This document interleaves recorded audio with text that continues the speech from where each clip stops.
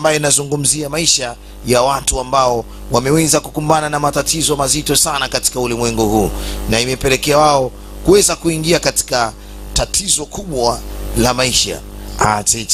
Ateche kidogo mambo fulani hivi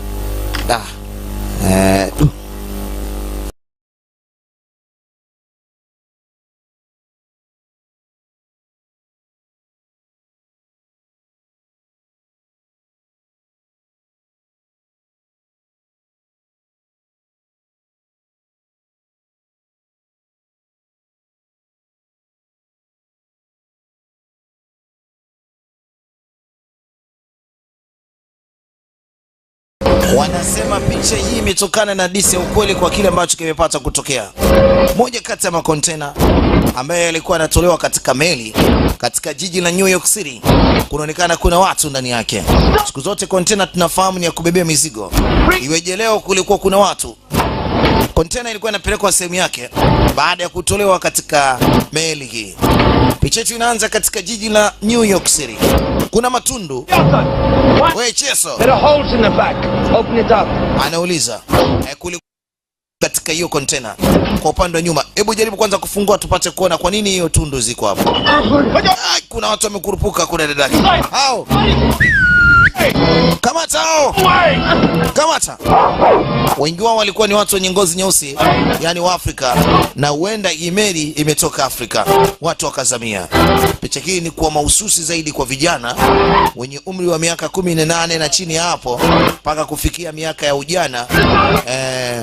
Tutapata kufundishwa leo kile ambacho kinawakuta watu wanaojaribu kuzamia. Kipindi kile sisi enzi zetu vitu vya kuzamia vilikuwa ndio vitu vyenyewe. Sasa hivi watu wanapanda ndege, wanasafiri wanavyotaka, lakini enzi zetu yani mtu ulikuwa unatafuta boda tu boda unazamia kwenye meli, basi ndivyo ambavyo unatakiwa ufanye. Maisha ya Ulaya ilikuwa ndio kila kitu. Wengi walikufa kwa kufanya hivi. Kapteni wa meli alipata kuona kile ambacho kimeonekana kwamba meli yake ilibeba watu ambao walikuwa ni wazamiaji, wanaitwa stowaway.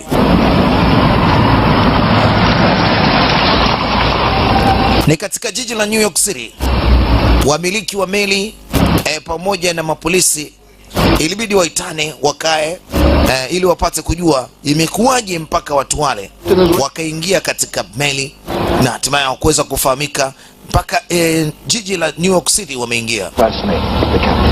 Karibu sana boss wangu. Jaribu kumuona captain huko ndani. Captain? Like us from the shipping line. Bwana tunashukuru sana, kwanza umefanya safari yako salama mpaka umefika New York City. Yes. We've dealt with the problem. Nafikiri na mimi kwangu hakuna tatizo. Bali kuna tatizo tu ambalo limeweza kutokea dogo. I think la watu takriban 8 kukamatwa katika container. Na nafikiri umekuja kwa ajili ya kuzungumza na mimi juu hili. No, the captain it seems to me wants to have his cake and eat it. Unajua captain, naangalia kidogo mambo yake hapa kwamba habari zake zote zilikuwa ziko halali au si halali. Alikuja hapa alikuwa ni mtu kutoka serikalini ambaye anashughulika na masuala ya immigration, nazungumzia masuala ya uhamiaji. Kule captain anajaribu kugombezana na kijana wake wa kazi ambaye alikuwa ni mkuu wa ulinzi. Ilikuwaje mpaka meli hii inakuja Amerika na hawajafahamika wale watu walikuwepo ndani ya meli. Kwa nini? Hizi alama zote zinakwenda kwa huyu bwana mdogo kwa tatizo hili. Mheshimiwa, I think you'll find it's confirmation of our new sailing. Nafikiri utaweza kuniambia kwa kile ambacho nimeweza kukiona. With your permission, Captain. Nafikiri kwamba kama ni video permission hivi. Africa. Wakati ule basi anaambiwa tena afanye safari ya kurudi Afrika. Leo tunakwenda Afrika. Afrika kama tunavyoweza kuona. Leo tunakuwepo katika jiji moja nchini Afrika, na hapa ni katika jiji la Ghana. Picha yetu amecheza Omar Epps. Huyu jamaa amecheza picha nyingi sana. Amecheza pia na Tupac, ile picha ambayo inaitwa Juice. Yuko Joss Ackland. Yuko Shoni Patway na wengi kibao. Hii ni baadhi ya miji ambayo inapatikana katika nchi ya Ghana. Na hapa iko bandari moja maarufu sana ambayo inakuja kuleta mizigo kutoka Amerika na sehemu nyingine. Picha yetu inaitwa Deadly Voyage, safari ya kifo. Andrew Devoe, wote ni washiriki katika picha yetu. Yuko Jen Claudia La Marie, wote ambao wameweza kucheza picha hii wameweza kushirikiana nao vyema sana. Yuko Adiwale. Adiwale tunamfahamu, amecheza picha nyingi sana.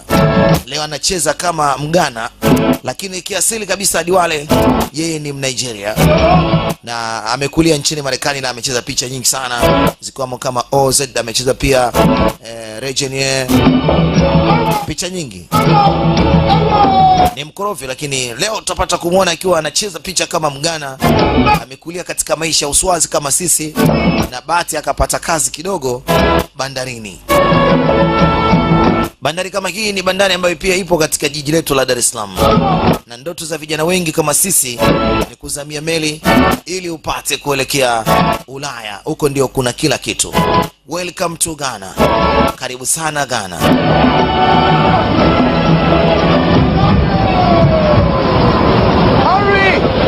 Fanya haraka. Ni vijana ambao wamewahi kazini. Kila mmoja anakuja kazini kwa njia yake mwenyewe. Wengine walikuwa wamekuja kama vile wanafanya mazoezi, kumbe sio mazoezi, wanawahi kazini. Wengine wamepakia magari ya ndizi. Hapa ni Ghana, West Africa, na hii ilikuwa ni Oktoba 1992. Weka foleni. Tunataka tuajiri watu wapya leo. Tunataka Siemens tu pekee, mabaharia tu. Wewe una kitambulisho? Wewe una kitu? Toka hapa. Una uzoefu? Ameonyesha titi zake ilikuwa ni chagugushi. Wanataka Siemens pekee. Huyu jamaa anajulikana kwa ukorofi. Wanamjua. Yaani hana masiara katika kazi, ana roho mbaya kweli kweli. Wanampenyesha bwana mdogo. Wamempenyesha ile hawezi kuingia ndani. Meli siku zote inapofika, watoto wa kike wazuri wazuri, hata hapa kwetu Tanzania wanaenda kupelekewa. Karibuni Masimen, yani mabaharia. Lazima watoto wazuri wazuri wanaletwa. Babake. Mambo hayo. Yes, boss. Sio mbaya boss, nyinyi nendeni tu mkakamue. Give me $5, sir. Naomba nipatie $5 ya nini? Sio unanisaidia tu mimi maskini namba nani? Sogea pembeni huko. Come on, move it. Mambo vipi boss? Poa, Masimeni ndo hapo. Hamna noma. Jamaa wamewakaribisha na sasa wanaelekea baa. Wanaenda kuvinjari huko. Masimeni walikuja na meli, wanabebwa na machangudoa wanakwenda. Wakati ule vijana wameanza kuwajibika kikazi zaidi, kubeba mizigo na kuitoa na kusafisha meli kiujumla. Haya ndio majukumu yao. Wanapiga mzigo kila siku. Na wewe twende haraka. Mabewa ajaya. Tunaingia katika meli, mizigo inazidi kupakuliwa na mingine inazidi kuwekwa sawa.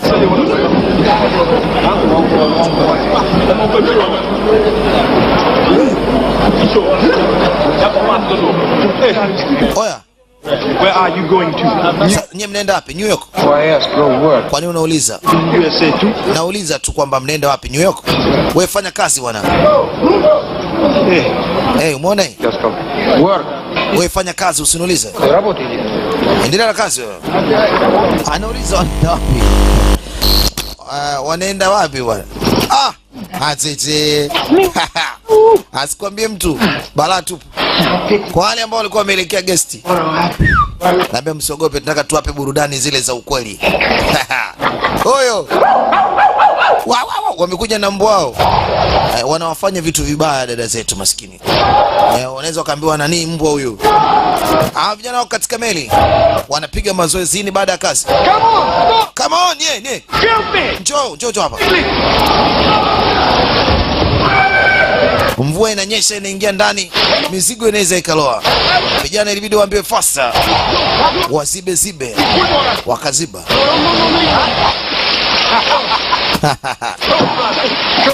Vijana kusema kweli hawezi kufikiria kitu zaidi ya maisha. Umeona njia hii? Achana nayo, tuondokeni. Yaani njia ya kuweza kujificha iwapo kama ikibidi wajifiche, ili mradi wazamie meli itakapoanza safari wasepe nayo. waliangalia kwanza meli baada ya kujificha mvua ndani yake. Ali, look at this, eh? Hebu jaribu kuangalia Boss, so many places to hide. bwana, kuna sehemu nyingi sana za kujificha. So many places to hide. New York, yeah. Inaenda New York hii mwanangu, nasikia. Mwanangu huko kwa wanene. Kwani tusizame? Kingsley. Tuzame afu huko mbele huko nene tukakutana na kina Michael Jackson nini? Maisha ndio hayo. Hata hivyo mimi ndo nafikiria mtu wangu. Kingsley. What? Baada ya kumaliza majukumu ilibidi watoke, lakini wakawa wanafikiria sana inakuwaje. Oya, hebu niambie tiketi yako ni ipi, kama ile ulikata jana ile. Nimeshinda. Tiketi za msimu zimetangazwa na Dogo tiketi yake amepata kiasi kama cha milioni 5. Wewe! Nakwambia walienda benki, ilikuwa fujo. Chukua pesa zako. Milioni 5 zilikuwa nyingi kipindi hicho. I cannot accept these either.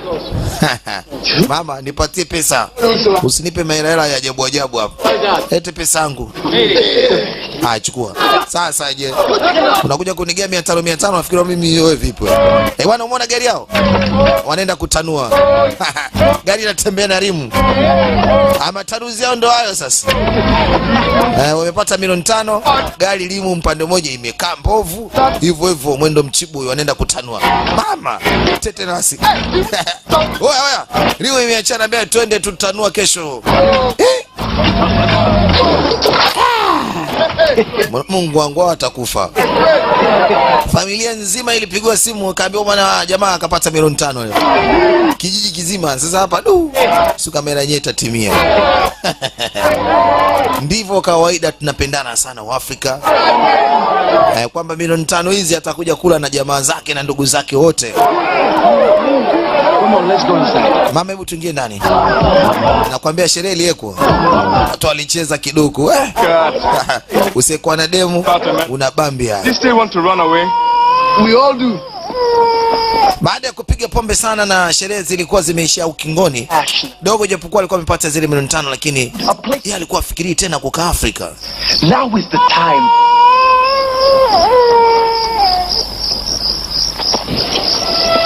Yeye alikuwa anafikiria kuchomoka. Lazima aende Marekani, lazima aende Ulaya.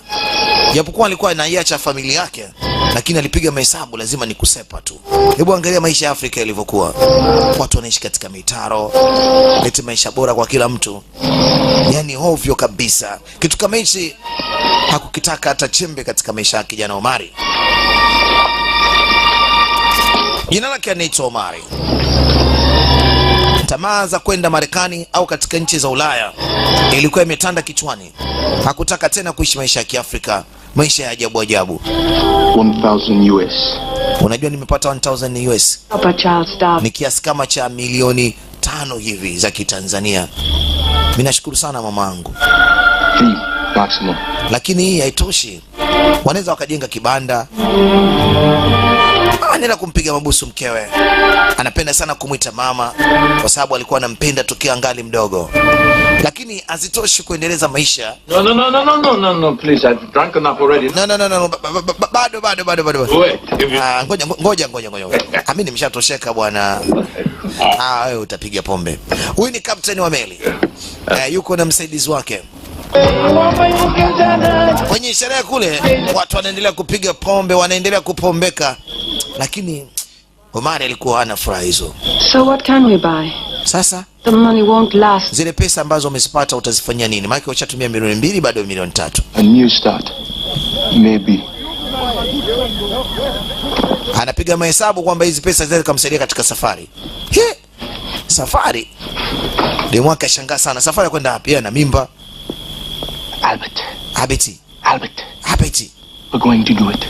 Wewe tuondoke. As the boat is loaded. Nakwambiaje? Do what? Unajua boti inajaa ile. What you just read? Tufanye nini? Na mimi tuzame, tusepe. Ship tomorrow. Email inaondoka kesho. I'm going to find the others. Unajua nini? Nataka nijifiche mle ndani ya meli.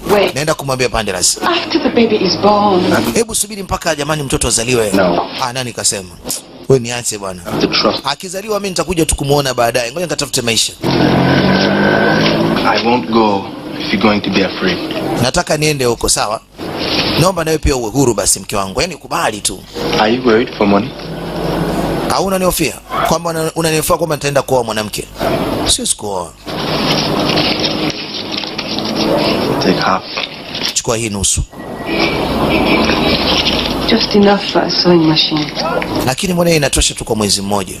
I can get work. Basi, uchukua hizo nyingine. Nitafanya chochote kile nitakachoweza, nitamtunza mtoto. Hey.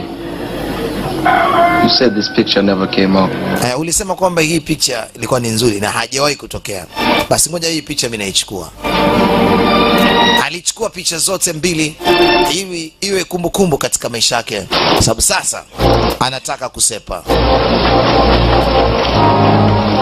Mipango tayari imeshafanyika kwa sababu mizigo tayari imeshajaa. Leo alikuwa anamalizia kazi kwa ajili ya pakia kwa mara ya mwisho ili meli utakapoanza kuondoka wazame. Wakapiga mahesabu. Huu ndio muda na wakati sasa wa kuzama kisalensa. Walishajua njia ya kupita. Wanapita taratibu. Stay crew. Hey, look who's here. Oya, tuzame. Nao wamejichanganya.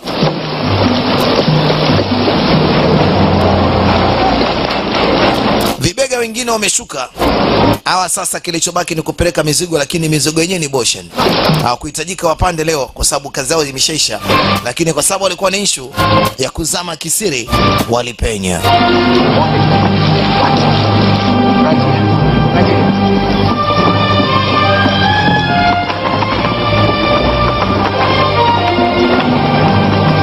Kumbe mizigo ilikuwa ina vitu vyao muhimu watakavyoweza kuvitumia katika safari, kwa sababu walijua safari inaweza kuchukua mwezi mzima.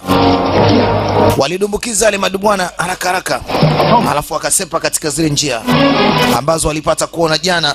Pana sehemu nyingi sana za kujificha. Walichukua vitu ambavyo walijua wataweza kutumia takriban mwezi mzima katika maficho. Faster wanapata kuingia chimbo. Hakuna aliyeweza kuona vijana hawa. Walipita katika mashine, waliingia katika sehemu ambako si rahisi kuweza kuwaona. Move, man, we are late. Wakati ule wakurugenzi wanaambiwa wakague meli kabla meli haijapata kuondoka. The stowaway, sir. Take every man you can. You have 1 hour. Tunao lisali moja. Do it. Tunao lisali moja, fanya hivyo. Lisali moja kukagua meli kabla haijaondoka. Look, Gojo. A railway. Oh, Charlie, get on. We Charlie, tulia kwanza. No. Wewe mbona mapepe wewe? Unaweza ukaenda mbele huko ukaungua bure, tulia kwanza. Wanazidi kuingia chimbo, maana walijua meli inaweza ikakaguliwa mpaka huko.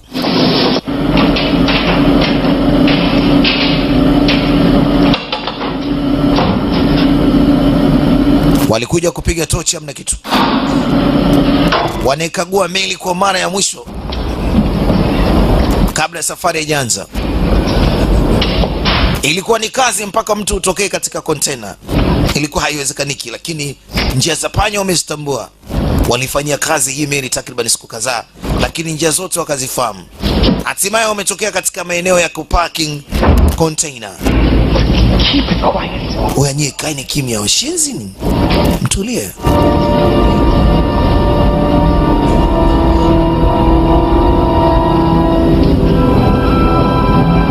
Walikuwa kwa makini kwelikweli, lakini kumbe walikuwa si wao wenyewe, na kuna wengine wakawa wamejificha. Kwa maana idadi yao inazidi kuongezeka. Kumbe kuna wengine nao walikuwa wamejificha ili safari. Huyu hapa mmoja, habari ya mwingine anajificha isije kaa so. Sasa huyu kajificha yeye mwenyewe, hakuwa na mtu, lakini aliogopa hii timu inaweza kuja kumfanya kitu mbaya. Walijua wazi kabisa kwamba huku sasa panafaa kabisa wao kukaa. Ngoja wajitengenezee sehemu. Put this out here so no one can see us. Wewe nafikiri kwamba hapa tunaweza tukapanga mizigo vizuri, tukakaa, hakuna mtu yote anaweza katuona.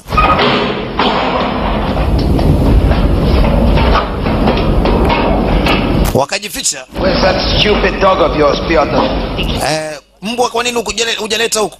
Maki huwa anakuwa na mbwa kwa ajili ya kutafuta. Mbwa leo hawakuja naye. Wanakagua kwa macho.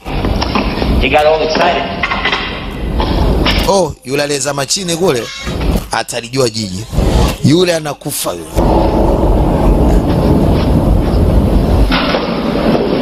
Waliendelea kukagua kwa makini ndani ya lisali moja kabla meli haijaondoka, kwa sababu unajua ukishampakia mtu ukasonga naye mbele, hasara yake ni kubwa, mnaweza mkapigwa faini na nchi.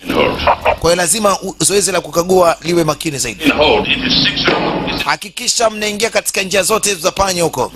Hii ni Afrika, lazima muwe makini sana. Kwa upande wote huko hakuna tatizo boss. Tumeingia katika sehemu zote za siri, hamna kitu. First off, D-line.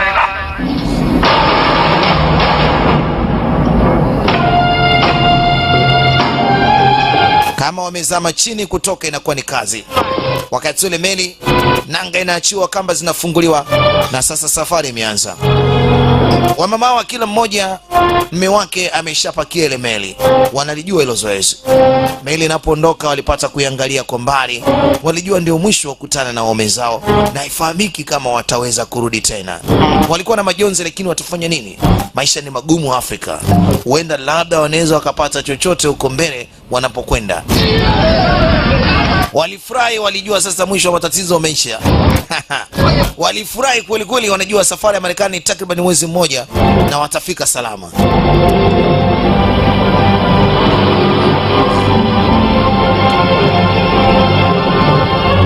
Safari ya meli kama mnavyoweza kuitambua inaweza ikatembea spidi 10 mpaka 30. Yaani inaenda taratibu sana.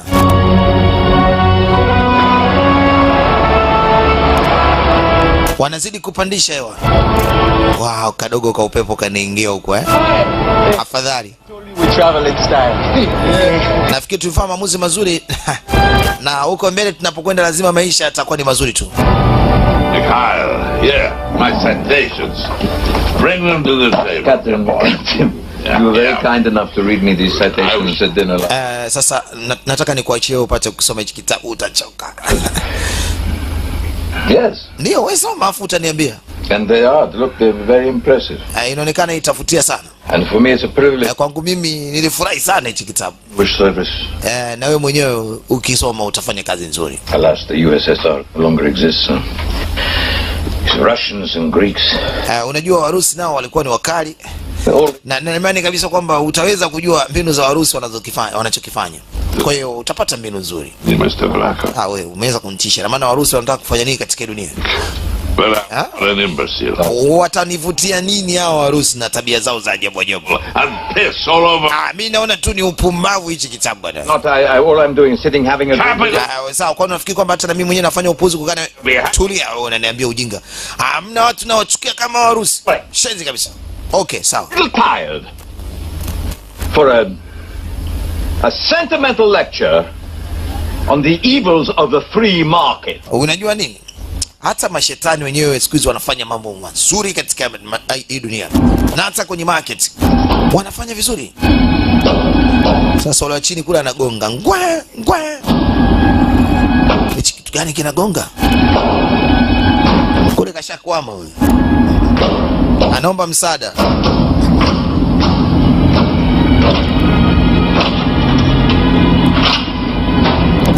Wakafungua. Je vous en prie. Bwana. Capitaine. Alizama kwenye oili. Mama yangu. Anatisha.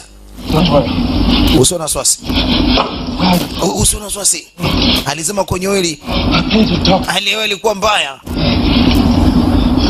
Kama asingepata msaada sasa hivi kashadedi. Hebu tumlete kwa hapa kidogo. Maji jamani, maji. Sehemu walipo maji ni yale ambao wamebeba. Hawataweza kupata maji mengine. Huyu anapiga tizi. The hold at all. Why not? Twice you did. It's just cocoa and bananas. Unajua tuko na banana. Everybody needs electricians. Unajua nini? Kila mmoja alikuwa anahitaji pesa. Kila mtu anahitaji chakula. tunahitaji hata vyakula, maji na kila kitu. Kwa hiyo kama tunavyotumia, tutumie kwa tahadhari. Hatuwezi kujua safari itakuwaje.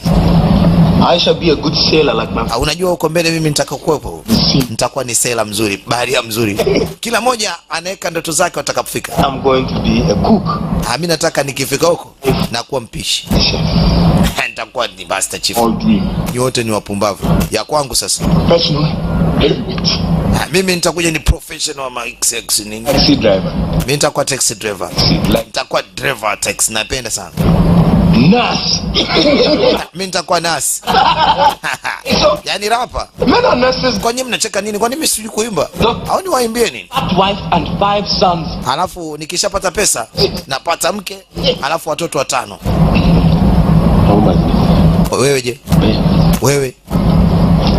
Taxi driver. Mimi taxi driver hivyo hivyo. Speak English. Kwanza Kiingereza nyewe hujui. Pumbavu. Kiingereza hujui utajuaje wewe kuongea na nani hao? There are many bad men on this ship. Sikiliza. Kuna watu wengi sana katika email hususan hao walinzi. Kwa nini wakini? Mbona mabwege tu.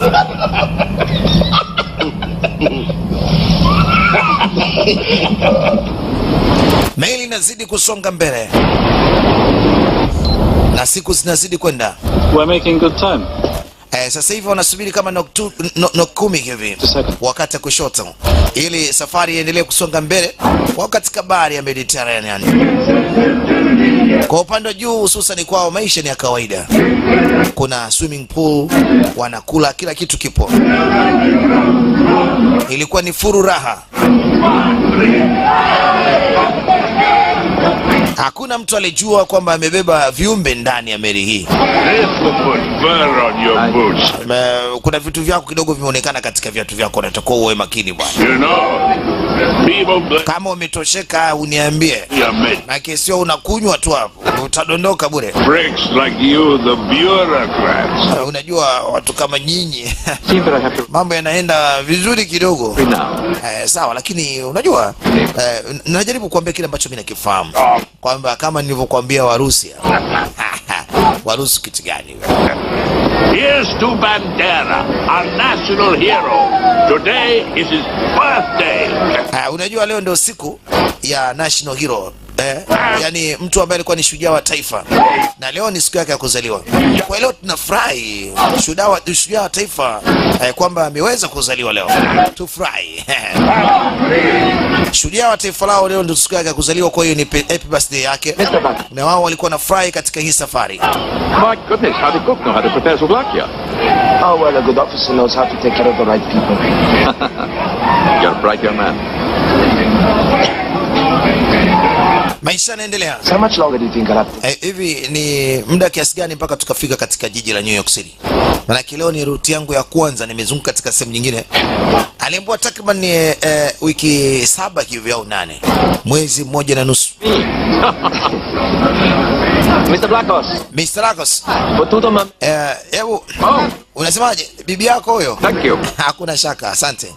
Yaani kama ni nyama bibi yake ya makalio. Kwa hiyo anakula, sio mbaya.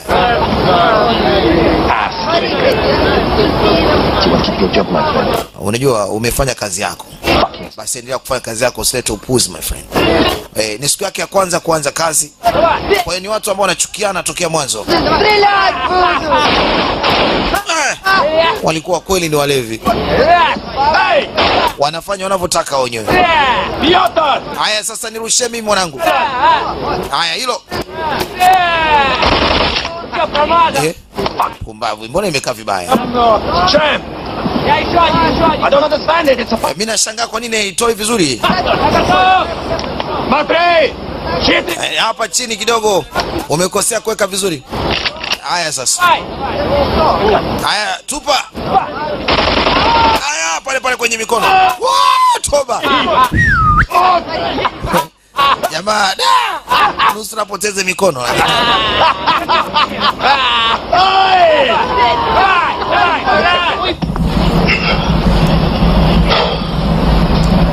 Walianza kuchoka, lakini ilibidi waanze kupiga mazoezi ili wasije wakaendelea kuchoka. Wanajiweka fiti kila wakati safari iwe nzuri. Wengine ambao walikuwa hawana mazoezi ya kutosha wanasoma vitabu. kila mmoja anafikiria mengi. Maji ndio haya hapa, yanaweza kuwasaidia. Takriban mwezi na nusu walisogeza maji kule juu kwa sababu maji ndio hai. Oh! Ayayayaya. Matumaini yanaweza yakapotea kwa sababu maji ndio hai. Bila ya maji unaweza ukafa ndani ya siku 7. Ukikosa maji unakufa siku 5. Ukikosa msosi unakufa ndani ya siku 7. Kwa hiyo maji ni muhimu kuliko chakula. Sasa waanze kunyata, walianza kuja upande wa juu kutafuta wapi ambapo wanaweza wakapata maji. Ni issue nyingine.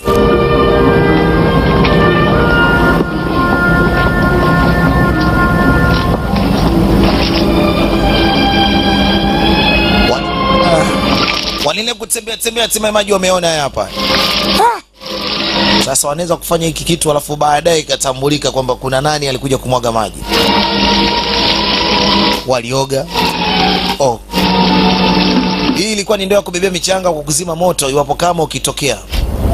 Wameamua kubeba ndoo. Wameanza tabia chafu. Huyu kaona msosi hapo. Akafungua taratibu kaingia katika chumba kimoja wapo cha captain ili akamue msosi. Aliona akila hapa shida. Afu inaonekana mwenyewe bado hajala. Ye. Mwenyewe bado hajala. Wote. Ilikuwa ni usiku wa manane sana.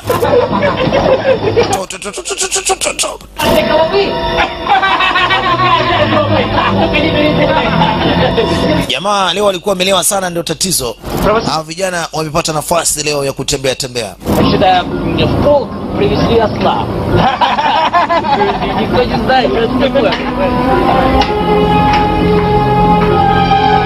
Wanatembea, wanaacha alama. Tena wanatembea bila viatu. Wamekamua, wamekula kuku, wamekunywa maji, wamelala kwa sababu ilikuwa ni usiku. Wakapiga usingizi.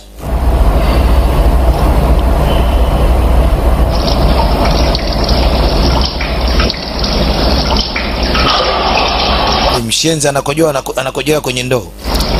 Kumbe katika ule mshimo.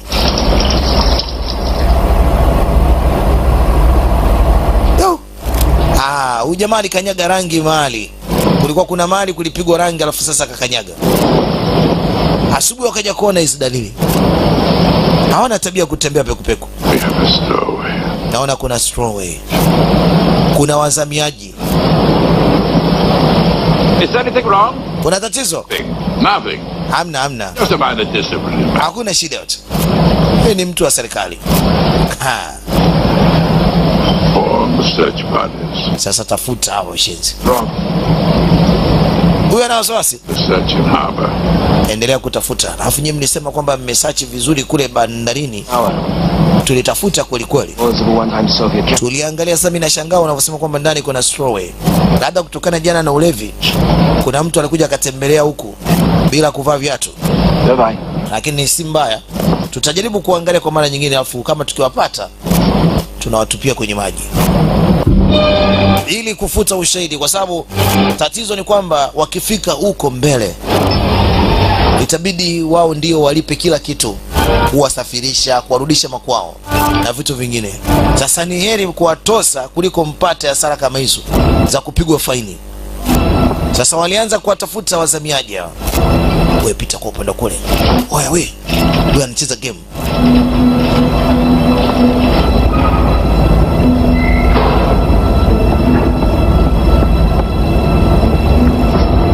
Sogea mbele.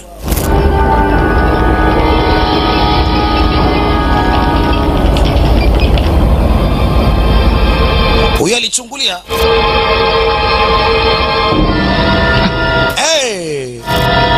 Akutana na mtutu wa bunduki. bwana. Walifokolewa walipokuwa. Wote toka nje, toka nje. Toka. Hawana huruma wa jamaa wakikukamata sehemu ambako serikali yenu haipo au serikali yote ile. Tulia. Mbavu. Who are you? Yeye ni akina nani?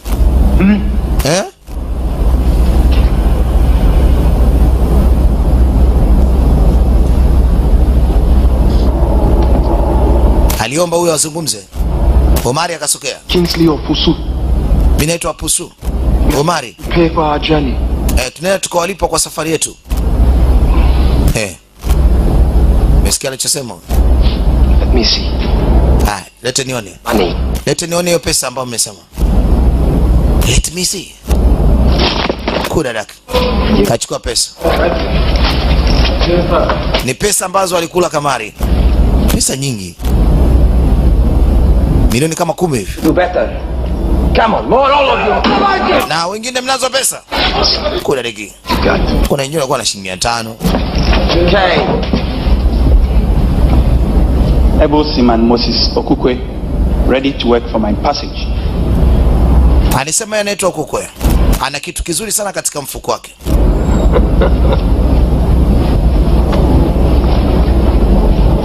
Pumbavu. Kaa pembeni.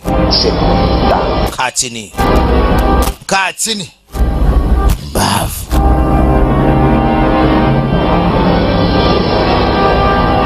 This man will guard you. Sasa mimi naona uwalinde kwanza. Lomachenko. Kuna kitu akifanye kwanza. Lete. Baadhi ya visenti ambavyo wamevichukua kwa hawa vijana. Tuchinje. Tusiache hata mmoja. We'll all be sacked. $45,000 a head. Hicho ndio kiasi cha pesa ambacho wameona nacho wale vijana. Kwa hiyo sasa tuwafanye nini? Dump them. Delay. Or fuel. Unajua tunaenda tukapigwa faini huko mbele tukachelewa. A lifeboat. Get them. Basi watupeni katika maji, wapatieni na lifeboat. Lakini mzee si hasara hizi kipumbavu. Only my men know about this, sir. Unajua watu wangu pekee ndio wanafahamu hili. Plan. Hakuna mtu mwingine yote anayejua. Hakuna mashtaka. Hatuwezi kushtakiwa. No. Hapana. It's the only way. Ndio hiyo njia pekee. Flacos. Tukienda huko mbele tutaanza kupigwa faini za ajabu ajabu. Hapana. For both of us. Nafsi za watu hizo. Hao ni binadamu. I'm young. Mimi ni bwana mdogo. No children to feed. Yaani mimi yani sina cha kofia. Mimi bado ni bwana mdogo. Tatizo ni kwamba wewe ni mtu mzima. Unafikiria maisha ya mtu. Give them all the money. Yaani tumewapa pesa zote lakini hajamaa waonekani kama vipi tuwape nyingine. Ambaye upuuzi wako rangi zako hizo umekanyaga sehemu. Wewe ndio umefanya mpaka sasa tumefahamika. Shit kabisa. I'm responsible. Itabidi wafukue na zile ambazo walikuwa wamezificha katika sehemu za haja kubwa. Maana sasa mna jinsi. Kwanza wewe hapo. Mwanga wewe. Kwanza hata hujaingia katika issue yetu wewe. Umetokea wapi kwanza? Nyamaze. Hands up. Mikono juu. Hands up. Nasema mikono juu. Juu. Pumbavu. Good. Vizuri. Hands down. Go. Haya, vichwa chini. Mikono chini. Hands up. Mikono juu. Down. Chini. Down. Juu chini. Yaani anachezea kama midoli, anafurahi. Mikono juu, mikono chini. Piotr, give me that. Hebu kamata hii. Ngoja sasa nisawazishe. Take your hands. Wekeni mikono hivi. Toeni. Good, come with us. Njoni huko. Nini sasa? Please. Tafadhali, naomba kama vipi mtusamee. Doing what should be done. Si mmeshatupa pesa, kwa hiyo hakuna shaka. Nimewaambia njoni huko. Njoo.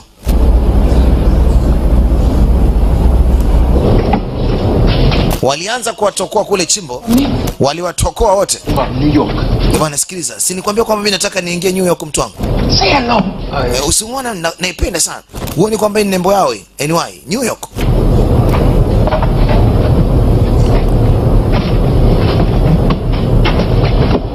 Waliwatoa chimbo sasa wapeleke juu.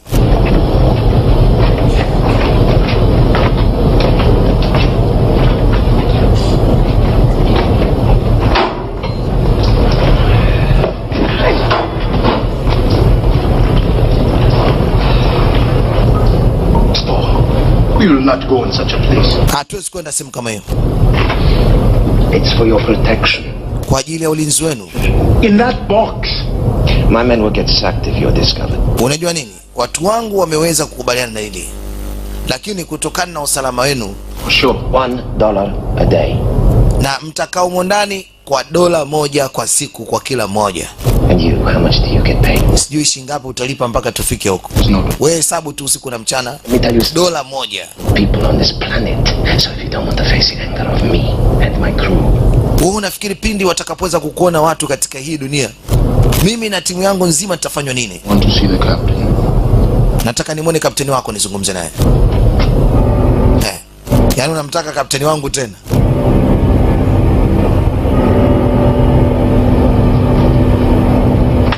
Oya. Wewe kijana una nguvu sana. Ngoja kwanza wewe ndio utangulie. Una nguvu sana. Nataka utangulie huku chini. Walianza sasa unyanyasaji. Hebu geuka kwanza kidogo. Una nguvu sana. Kwa jinsi ninavyokucheki, nguvu unazo. Tumbo nini limekaa fresh, limekata. Anamshika sehemu nyeti. Hebu fungua mdomo wako. Hey. Hey. Hey. Hey, umeambiwaje? Open. Fungua domo. Domo lako zuri kweli kweli, nimelipenda. Anataka kumletea ubasha. Hawa jamaa kukamata ndio inakuwaga hivi. Your lips are too big. Haya. Tulia wewe, tulia. Dogo kashapasuliwa mdomo maskini. Mtulie hapo. Threaten you? Don't fucking threaten you! Get in! Naweza nikakutwanga risasi sasa hivi. Siwezi nikakuonea huruma, pumbavu. No. Naweza nikakutwanga sasa hivi. No. Get Haya, ingia kwenye shimo. Get in now! Ingia kwenye shimo, pumbavu.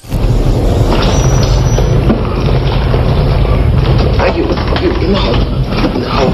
Come on. Haya, ingia. Walianza ingizwa kwenye shimo, na ni sehemu ambako ndio inakaa nyororo inawekwa nanga.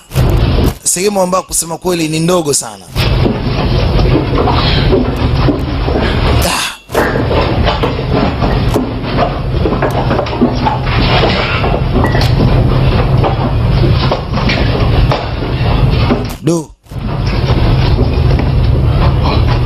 You're right. Usiogope dogo.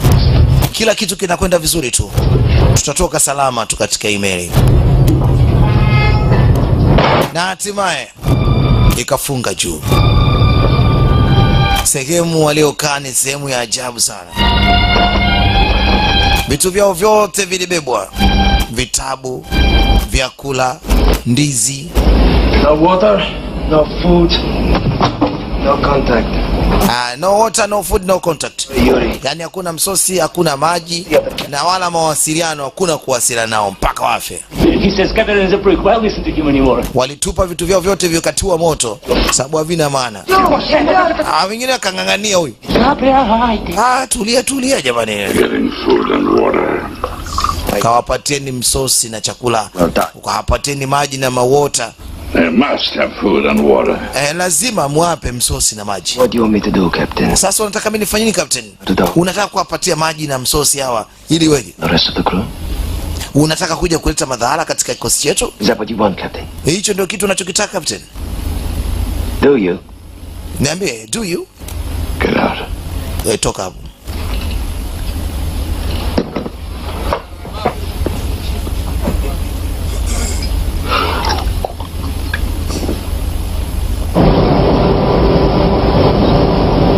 Yule mzee aliyefichwa alikuja kutambua hii rangi. Kuna kitu anamficha. Huyu naye alikuwa ni mtu wa haki. Yuko hapa kwa ajili ya kuangalia mizigo inakwenda vizuri na haki zinatendeka. Sehemu lekani ndogo alafu sasa hiyo wenyewe mna.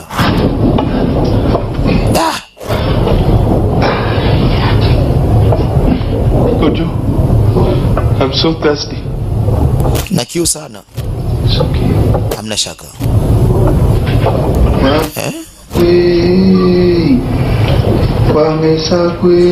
Huyu bwana alianza kuimba nyimbo za nyumbani kwao. Ili hata kidogo awe na imani. Kiu ilianza kwa kaba.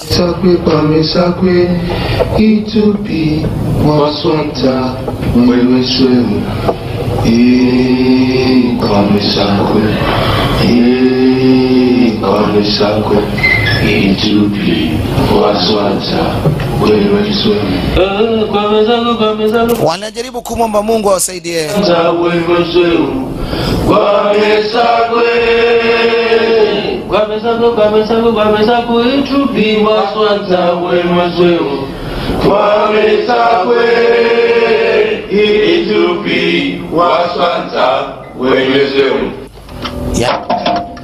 Vijana walikaa juu ya minyororo. Hatimaye walipewa bunduki. Wakawafyeke. Sasa wanavaa nguo za kazi.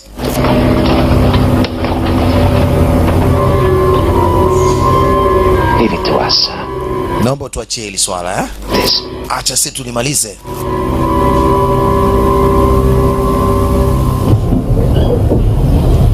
Wameimba mpaka wamechoka.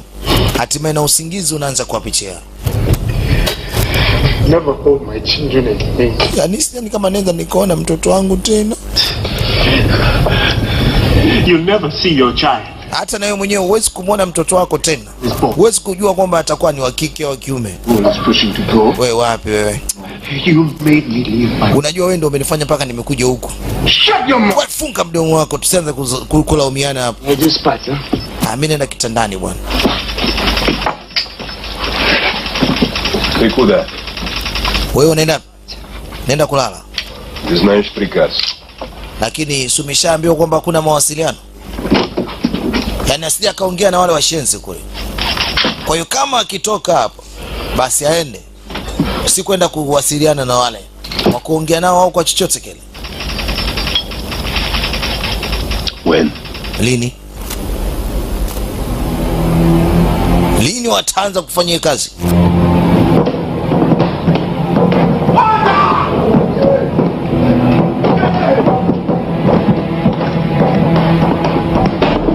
Waligonga kweli kweli, waliomba msaada kwa sababu sasa wameshaanza kuchoka. Dogo alisema kwamba anaenda kulala. Alikuja akafanya kitu huko. Unajua si wote ni makatili. Wengine wana roho ya huruma. Alikuja kuwafungulia watoke huko. Please. Chukueni kwanza maji. Mstoke huko juu.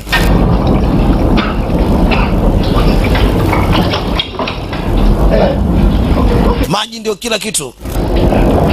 Bwana nondo ni nzito. Jamaa huruma yake inaweza kaja kamponza. Give me can back. Leta hicho kikopo haraka tumpe huyo jamaa. Thank you. Bring us food. Please. Tuete msosi mtu wangu. You are a good man. Wewe ni mtu mzuri sana. Sawa Tuete na msosi. Safari inazidi kwenda na bahari kama unavyoweza kuona imechafuka kweli kweli. Unaweza ukakataa kazi. Iwapo kama hii bahari unaona imechafuka kiasi hiki. Meli yenyewe unaweza ukaikataa. Kutokana na bahari kuchafuka, ile sehemu ya nanga ilikuwa iko wazi. Maji yanaanza kupenya taratibu. Na isitoshe bahari imechafuka, watu wanaanza kutapikiana vibaya.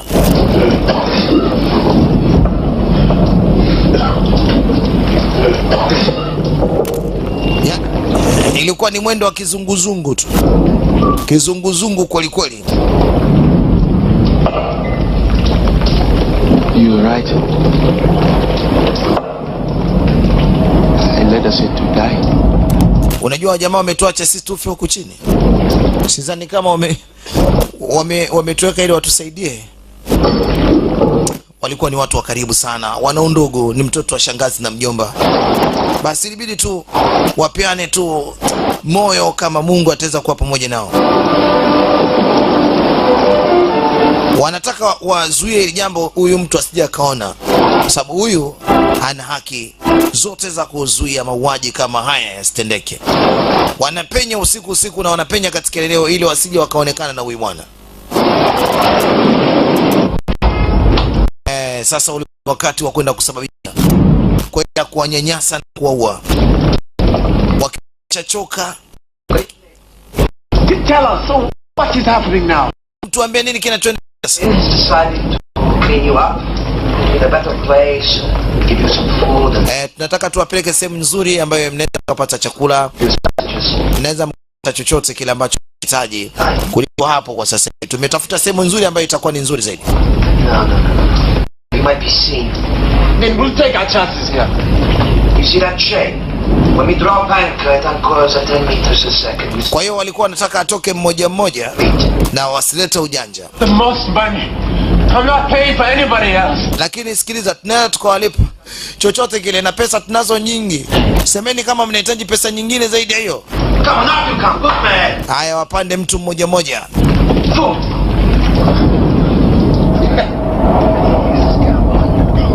Good man. Haya, kaa pembeni. Chukua kwanza maji unywe. Plenty more for anyone else who comes out. Oh, please don't close. Anatoka mmoja mmoja. Think about it, sort of. Alafu na nyinyi tutakuja kuwabeba, sawa Sababu huwezi kujua uko mbele mwenzako kaenda kweli au vipi. Huyu anaona jinsi wanavyopelekwa wa jamaa wanaenda kuuawa. What's that? Nini mbona sielewi?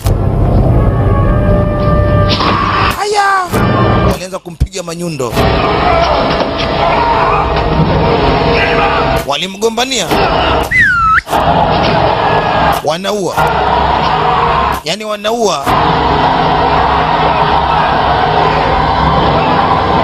Wanapiga kama wanapiga paka.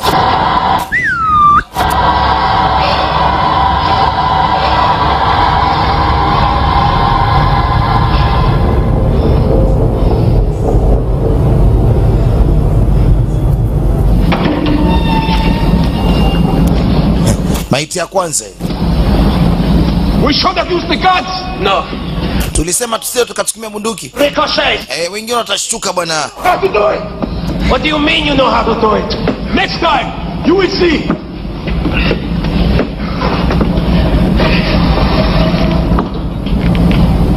Twende wewe, umezubaa tu hapo. Mbavu. Haya, twende maiti nje.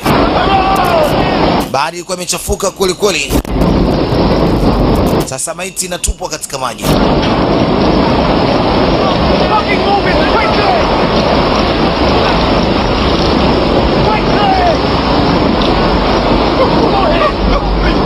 Anakuja kushtuka kumbe jamaa bado ni mzima. Nyenye bado mzima huyo, msimtupe. Wewe unazuia pumbavu za kumwache. Alijaribu kuzuia asiende.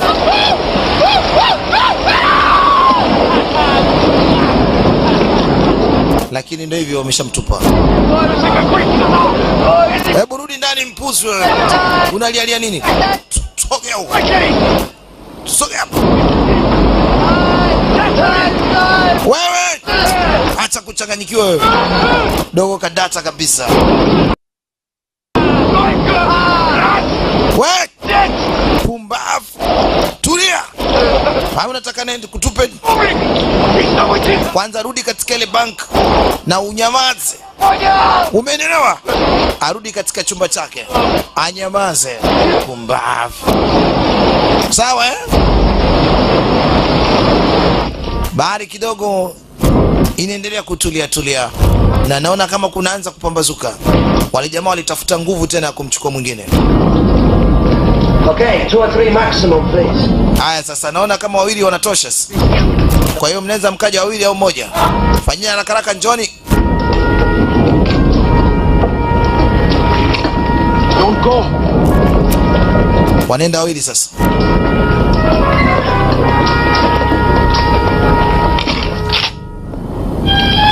Sasa wanaamua kuchukua bunduki wa wafyeke.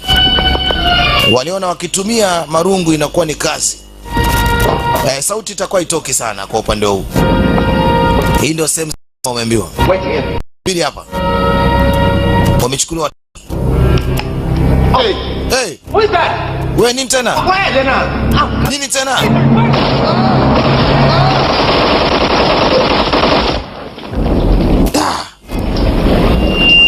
Waliuawa na wale. Tell me what to do. Tuambie tufanye. What choice do we have? Sasa tuna maamuzi gani? Hatuna maamuzi. My father was a sailor. Unajua babangu alikuwa ni sailor. Kocho. You won't let me go out alone. Ninasemaje? Siwezi nikakuacha mwenyewe. Kama tunaenda Kocho, tunaenda wote wawili.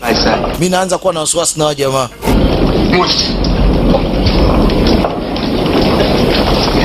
Jamaa kuna kitu kaficha. Wakimzingua. Mniache. Ngoja mimi niende.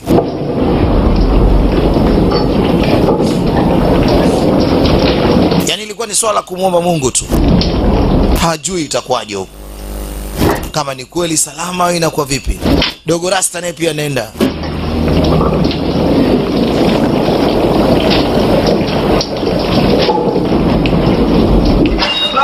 Welcome, guys. Mabwana ni ndio huku sasa. Huku tumewekea mpaka vitanda, kuna maji gudulia zima. Msogope, misosi ipo. Mtapika wenyewe, kuna majiko nini? Hey. Kimbia wewe. Huyu kakamata akachapa. Hawa kidogo walikuwa ni wajanja. Aya. Oh, God. Rasta kafanikiwa kukimbia. Ukakutana mkurugenzi. Tafadhali. Nakuomba. Don't kill me. Usiniue. In the name of Jesus. Kwa jina la Bwana Yesu. Huyu kadata. Katajua Yesu ilibidi atulie. Lakini hata hivyo alisababisha mauaji. Dao. Alimua. Lakini wamechanganyikiwa, hawako sawa. Kuua mtu si kitu kidogo. Maiti kama kawaida yao wanaenda kuzitupia katika maji. Wanafurahi na wanakunywa na pombe kabisa, wamechanganyikiwa. Wakati yule captain alikuwa juu kwamba vijana wanaendelea kusababisha. Wamebaki kama wawili hivi. Kocho na mwenzie.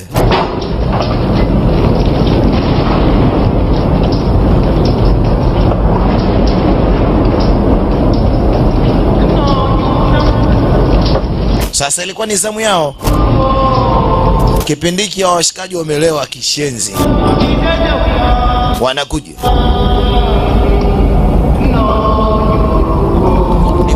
Sasa wanapelekwa katika makazi mapya. Dogo alikuwa na wasiwasi, huku ni wapi? Please, go in. Karibuni ndani. Haya mazingira jinsi anavyoangalia dogo, anayasoma vizuri, hakuelewa. Anachunguza kila hatua anaenda. They're going to kill us. Wewe wanatua. Huyu kapigwa risasi mbavu. I can't run. Siwezi kukimbia. Siwezi kukimbia.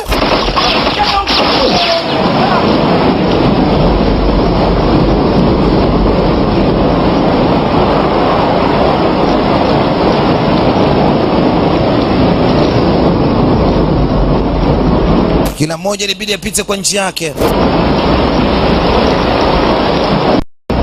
Chizi kama pita sehemu nyingine naye sehemu nyingine. Bahari ilikuwa imechafuka kweli. Mvua ilikuwa inanyesha, bahari imechafuka. Ama bwana walishindwa kutoka nje. Lakini walipotoka wale watafuta wale wakosa.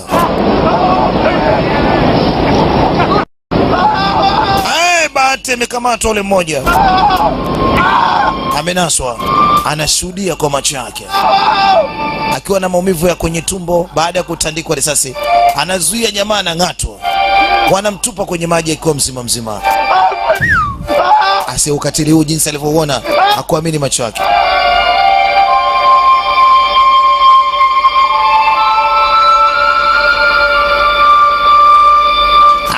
nini?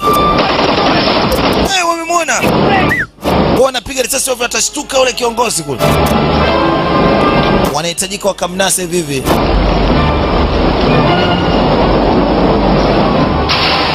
Dogo alikimbia kwa uwezo wake wote kwa kwepa hawa washenzi.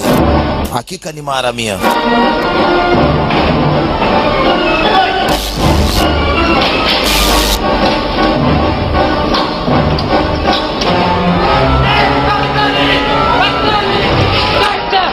Ameingia huku. Wanakuja na mbwa. Muingize na mbwa huko. Paka naso.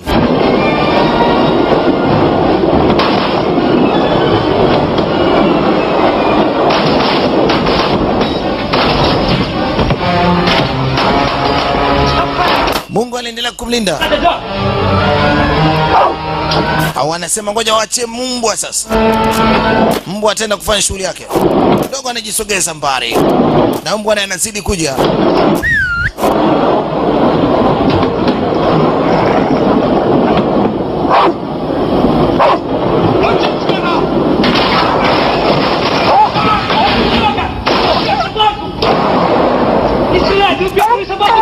Usipige utamua mbwa wangu bwana. Mbwa wangu.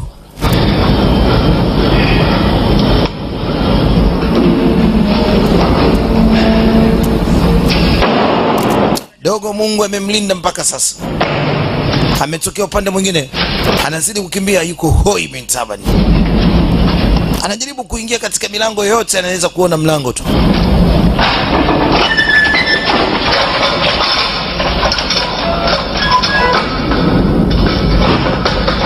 Popote pale anapoona kwamba kuna njia anapenya tu.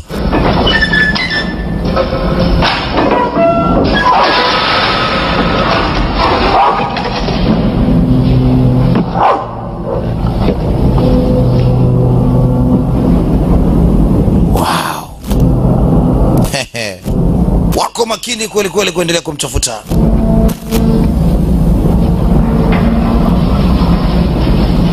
Piotr, Mikhail, search the hold and then seal it. Kwani kuna tatizo gani wakubwa? Mshenzi wewe, kwa nini umemwona ukashindwa kumkamata? The mouth stays shut. Alafu nakuambia kitu kimoja. Unyamaze. Who to? Asije akasema chochote huko mbele ya safari. Achana naye huyu. Bwege tu. Najua wapi unaishi. Najua familia yako yote. Wale wako karipoti. Najua watoto wako wote. Najua mkeo wote watakufa. Pumbavu. Wale wako karipoti.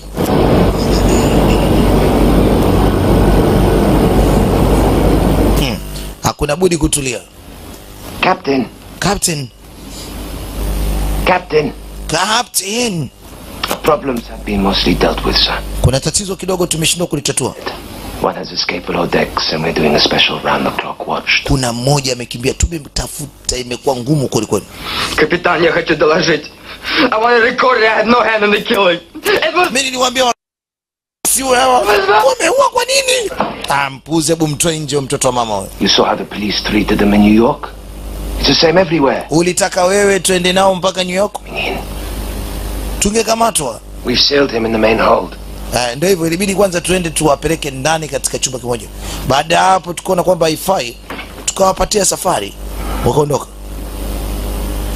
Bosi aliwaomba angalau basi wawapatie life jacket au zile zinaitwa boti. Mke wake akiwa na ujauzito alimwacha. Alimwambia mke wangu, nafikiri mimi ndo nakufa na kuacha katika hii dunia, utakuwa na maisha magumu sana. Jaribu kumwangalia mtoto wetu utakayeweza kujifungua. Mimi sidhani kama nitarudi nyumbani salama. She'll never be losing both of her sons. Сергей, да, нам же ничего не будет, а? Una hakika kwamba kitu chochote kinaweza kutokea? Везде. Unajua kila mmoja anachukia watu, ndio tatizo. Wanachukia watu, ndio sababu ya kuua. It's a happy ship? The question is you must refer. Unajua maswali yako unauliza bwana, mimi nashindwa hata kujibu. Mimi hata sijui maswali unatolea wapi, naona kama vile hatuaminiani. Contraband? Mr. Lacos, this is a Russian. Sikiliza, Mr. Lacos. Sisi ni Warusi. No. We have no use for drugs. Kwa hiyo mara nyingi hatutaki matatizo. Kapteni alikuwa si Mrusi, lakini hao waliosalia ni Warusi. Especially on the wages. Kwa hiyo hatupendi vitu kama hivi. Sisi waga tukisema tunasema ndio hivyo hivyo. I'm going to recommend that when the next Romanian freighter becomes available, that you be the captain. So long as you keep your record clean until then. Kwa hiyo anahitajika asafishe kila kitu chake ikiwa sawa. The problem, Mr. Black. Kwani kuna tatizo lolote? Hope you don't have any. Unajua nimeona sehemu kuna watu wamekanyaga, kwa hiyo asafishe meli iwe safi. Kuna sehemu ambayo ilikuwa imekanyagwa imeacha alama. Anawaambia design. Safari inazidi kusonga mbele. Wanasafisha pale ambapo panaonekana kuna tatizo. Wanasafisha mpaka na damu.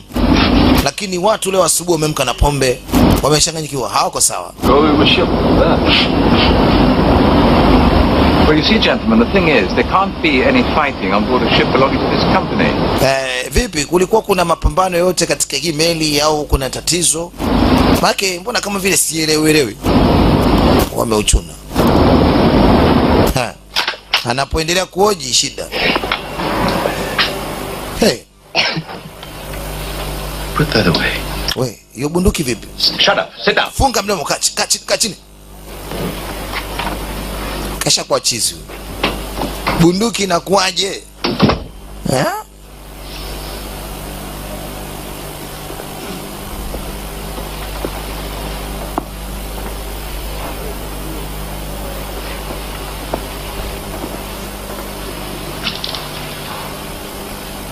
What the hell is happening on this ship? Nataka nijue kilichokuwa kinaendelea huko.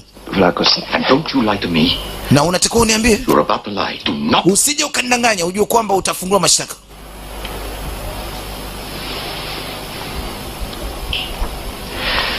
All right, I'm going to make this very simple for you. Ngoja basi nikufanyie jambo moja rahisi. You cooperate with me and I guarantee you. Naomba ushirikiane na mimi, alafu mimi nakupa guarantee kwamba huwezi kupata matatizo. Mmefanya nini katika email? Kulikuwa kuna shida gani? Hebu niambie siri zote. Alafu nitakufanya wewe usio na makosa. Never do that, Mr. Lacos. Ni makosa tu ambayo yamefanyika. Mr. Lacos. Makosa gani? So. Kwa hiyo niambie. I have nothing to say, sir. Nakuomba kukuambia samahani kwanza. Napenda kukuomba samahani. You're a fool. Wewe ni mshenzi. Utaona.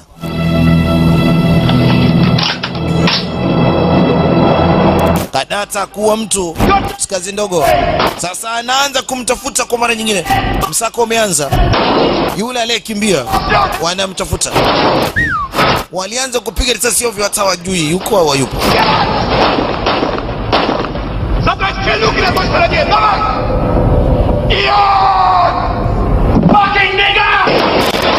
Fucking nigga! Shenzi we! Wanapiga risasi ovyo. Hawajamuona. Huyo mzee ameshajua kuna tatizo limeendelea. Pumbavu, kuna watu wameuawa. Shenzi. Hii ni kesi. Haiwezekani kiuwe mtu. Kwa nini? Dogo anazidi kujisweka ndani zaidi na kutafuta sehemu ambako hawezi kuonekana.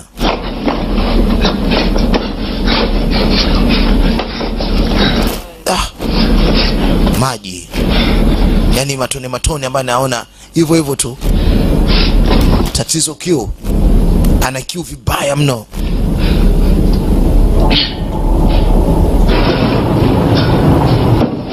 Anaendelea kuhangaika kutafuta maji angalau anywe.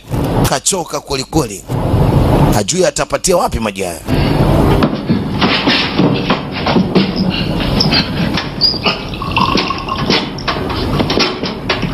aliyapata kiduchu alafu sasa akakatika. Akiendelea kutafuta maji anaweza kukamatwa. Mbwa kamuona. Na hii mijibu imekali kweli kweli. Anakuja huyo sasa. Kuna dadake. Wanaitwa Rottweiler. Dogo sasa jipange apambane naye. Na akimjeruhi unajua tena. Ayayaya. Alikabana naye vizuri. Kaisha. Kuna deki. Wewe mbwa. Mbwa wangu. Afu sasa wazungu wanavyothamini mbwa. Akiuawa huyu si inakuwaje? Akicheki majanga. Kaingia saa ngapi? Kauawa.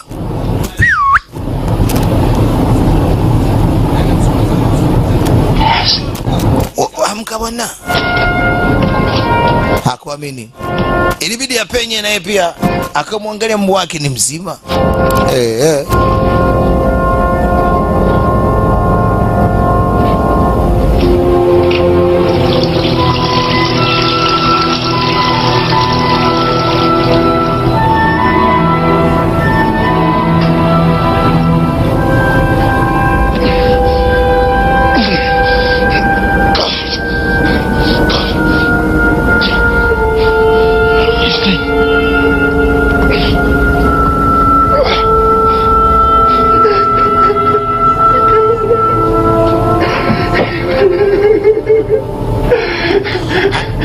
Alilia sana kama mtoto. Mbwa wake shenzi kabisa. Yaani mbwa wangu ameuawa. Jamaa anakuja kushtuka baadaye, unajua alichoka sana. Kwamba anaendelea kutafutwa. Kuna ngazi imewekwa hapa. Alidaivu. Wow. Yaani sekunde moja tu. Piotr, get up there. Dogo nimekugundua huko juu. Toka mwenyewe.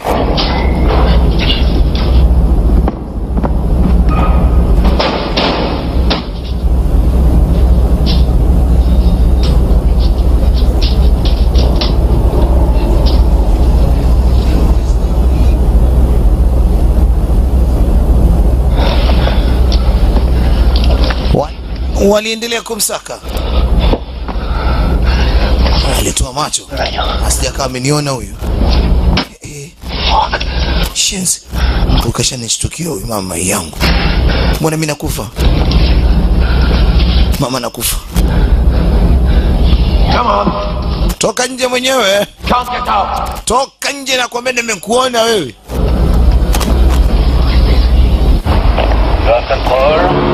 Wameanza kuingia katika nchi nyingine. Hii ni baada ya siku kadhaa. Takriban wiki 2 hivi na nusu. Pilot is standing by to meet you. Reduce engine speed to slow ahead. Outside temperature 12 degrees. Waliendelea kupewa taarifa jinsi gani kuweza kuingia katika bandari. Siku zote lazima tawa inayokuwepo katika eneo la bandari linawafahamisha waingiaje katika eneo hilo. Yaani waongozaji wa meli ambao wako katika maeneo ya bandari. Wanaendelea kuwafahamisha watembee kwa kipimo gani ili waweze kufika bandarini vyema. Walipunguza spidi na ndipo wanaanza kwenda kwa spidi nyingine tofauti. Kwa kupungua spidi hii huenda tumeanza kufika. Dogo aliona labda kwenye feni kunawezekana akapata nafasi ya kupenya. Milango imefungwa kwa upande wa juu kule. Hawezi kuchomoka. Yeye lazima afanye jitihada achomoke. Huenda hii sehemu ya kupitishia hewa itakuwa ina muunganiko wa kutokea nje.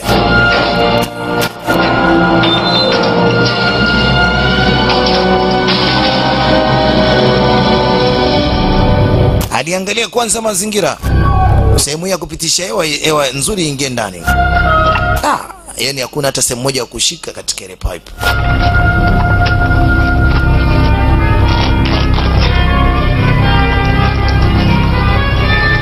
Akafanya maujanja ili mradi apenye pale.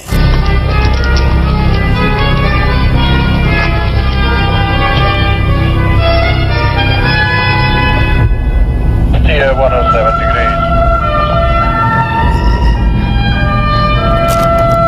kitu amechukua na sasa anajaribu kupenya juu tena. Kuna kangazi kumbe. Alianza kupenya taratibu.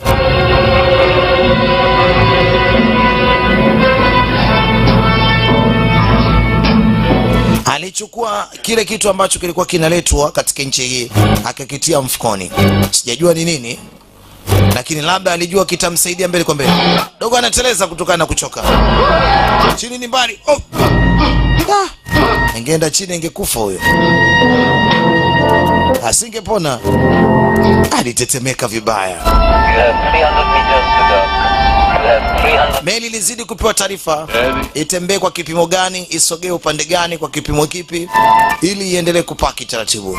Inaendelea kufanya hivyo na meli inaendelea kupaki katika eneo la bandari. Dogo anaendelea kufanya jitihada. Alipenya.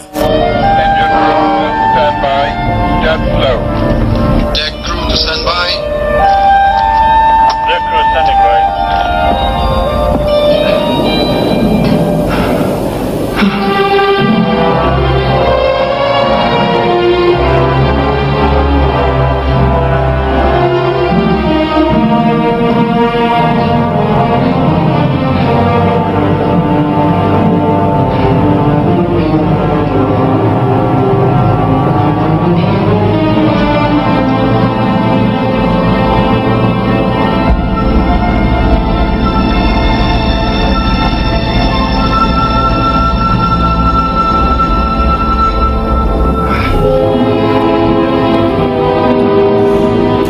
Alizidi kupanda juu ili atokee kwa upande wa nje kwa sababu hewa inapitia kutoka huko. Japokuwa nguvu alikuwa ana, lakini alizidi kujishika huko na kule. Anaweza kateleza sababu hakuna ngazi maeneo haya. Chini ni mbali, akiangalia anazidi kudata, lakini kwa sababu hakuna njia nyingine lazima achomoke. Aliendelea kumwomba Mungu huku akiwa anaendelea kumkumbuka mtoto wake na mkewe. Lazima afanikishe.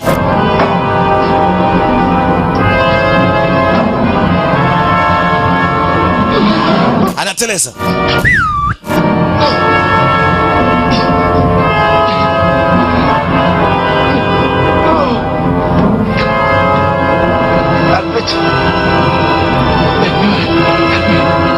Nisaidie Mungu. Akienda chini kafa.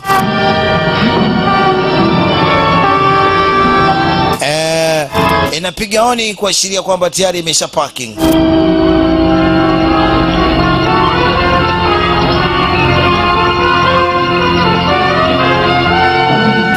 Inaonekana si New York.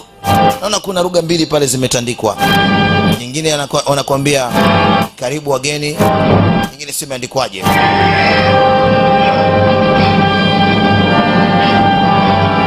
Alizidi kupanda juu hivyo hivyo mwanaume.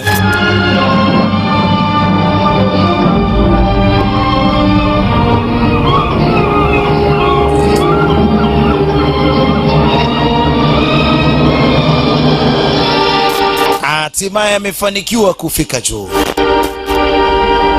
Kwa upande huu kumetulia, hakuna mtu. Sergei, что будет, если мы его не найдем, а? Hatujampata yule jamaa, anambia ndio. Lakini hawezi kuondoka kwa sababu sehemu zote tayari tumeshafunga. Afanyeni haraka haraka mtoke nje. Na msiwe na mawenge, sawa? Msipige kelele, mtulie.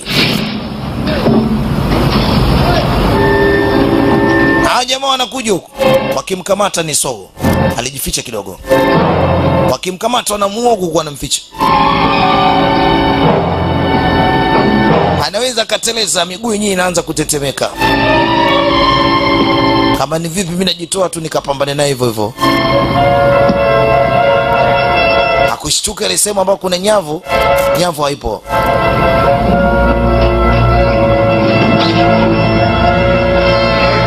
Anapanda juu kidogo.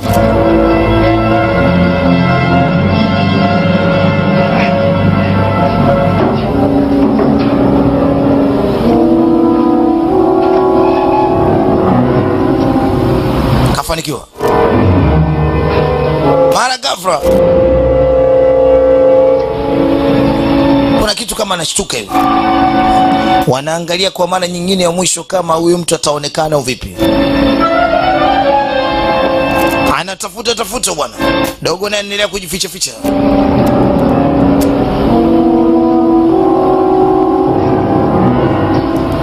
Aliona kamba ile, anaweza akashuka na kamba mpaka bandarini. Hujaona mtu huku? Hamna.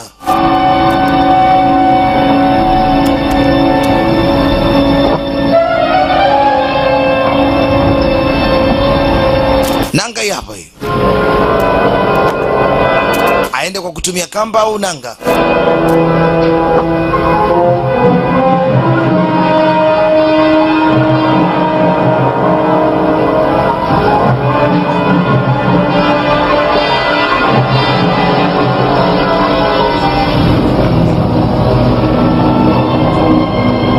Aliamua kushuka kwa nani nanga taratibu.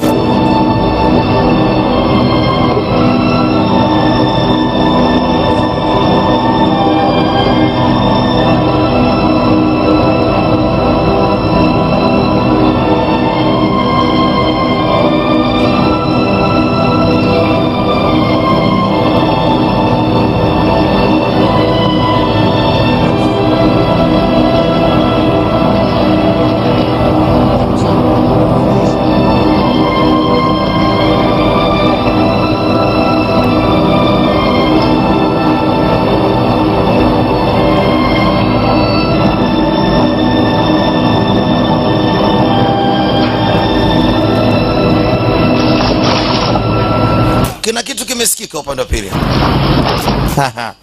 Jamaa huyo anapiga kasia kutokea upande wa pili. Kidogo maji anaweza akayachezea.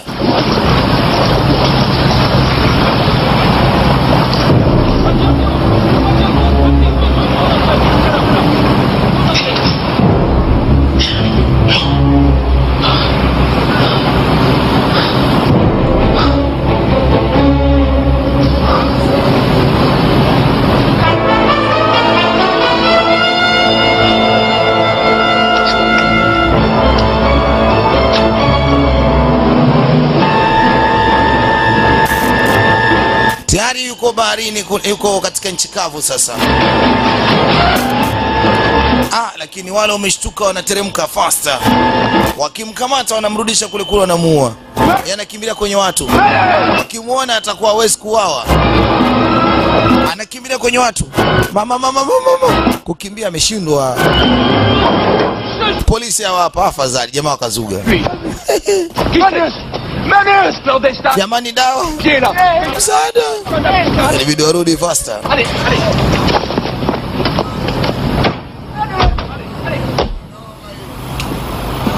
Hii sasa kesi. Polisi asubuhi yake hao wanakuja, wameshapata habari kamili walichokitenda hao maharamia.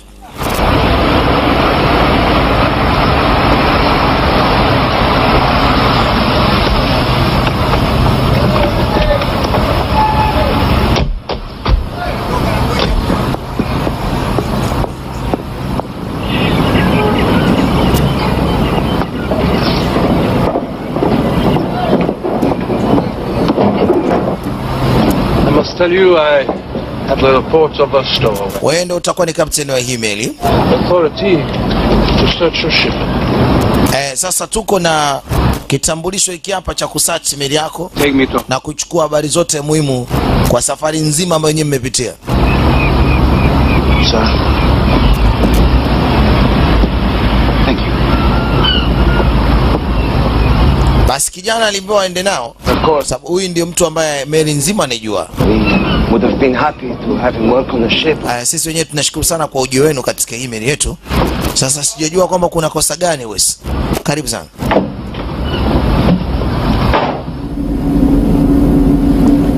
Yule dogo kumbuka kuna vitu kavichukua. Kwa hiyo wanaanza kutafuta ni wapi ambapo palipekuliwa. Ni hapa Kuna bidhaa nyingine zinaingizwa katika nchi sio. Achana kuua tu. Na udogo kuna picha zake kaziweka hapa.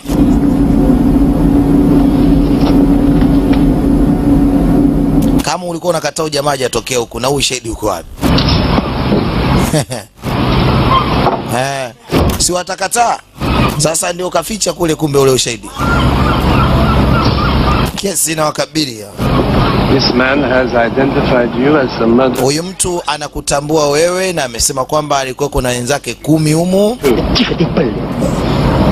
Sasa wengine wako wapi? I think this man might have something to say. Huyu jamaa kuna kitu anaweza kuzungumza. Капитан знал об убийстве, о том, что все случилось. Ничего по этому поводу не предпринял. Anachanganya lugha za kwa, anambia kama unanitukana utajua wewe mwenyewe. Lakini tunataka mtuambie na hao wengine 10 wako wapi? Mimi ni kama captain tunaiongoza meli. Swala ulinzi sijajua. Mimi nilikuwa nimelala, asubuhi ya leo ndo nimeamka. Ndo naona mambo kama, lakini sifahamu chochote. As master of the ship, I am responsible. Ilikuwa tumeweza kukaa mwezi mzima katika maji. Kwa hiyo siwezi kujua kinachoendelea.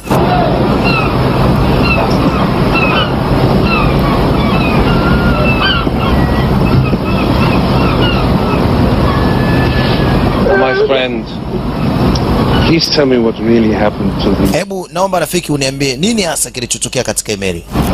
The Negroes wanted to enter your country illegally. Anasema Negroes walihitaji kuingia katika nchi yako kimakosa.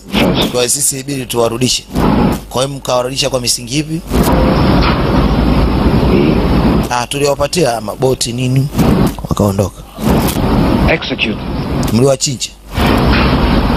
Execute. Your name, my friend? Jina lako unaitwa nani rafiki yangu? Young Pressure. Naitwa Pressure.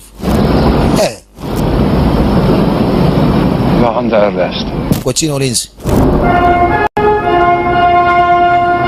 Yaani ulichinja.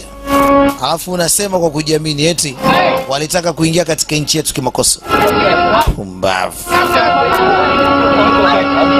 Yeye kapteni na wote ambao wanafanya kazi katika meli, waandishi wa habari walikuja kuchukua taarifa. Dogo ni shujaa. Ameweza kufichua ile tatizo. Amefanikiwa kuingia katika nchi ya Marekani. Sijajua kama atapewa hifadhi. Lakini cha kwanza alitaka kujua familia yake inakuaje. We'll call him Albert. Muite Albert. After the uncle will never have. Si unajua mjomba wake amekufa. Basi muite jina la mjomba wake. Once I have you both in my arms again. Anasema iko siku ataenda kumshika. Na naimani nitakuja kuona na nyinyi. I love you. Nakupenda sana mke wangu. Nakupenda. I love you.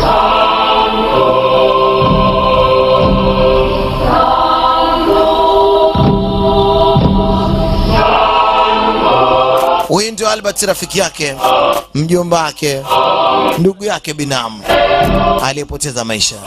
Hawa machizi wote walishia njiani, maskini ya Mungu.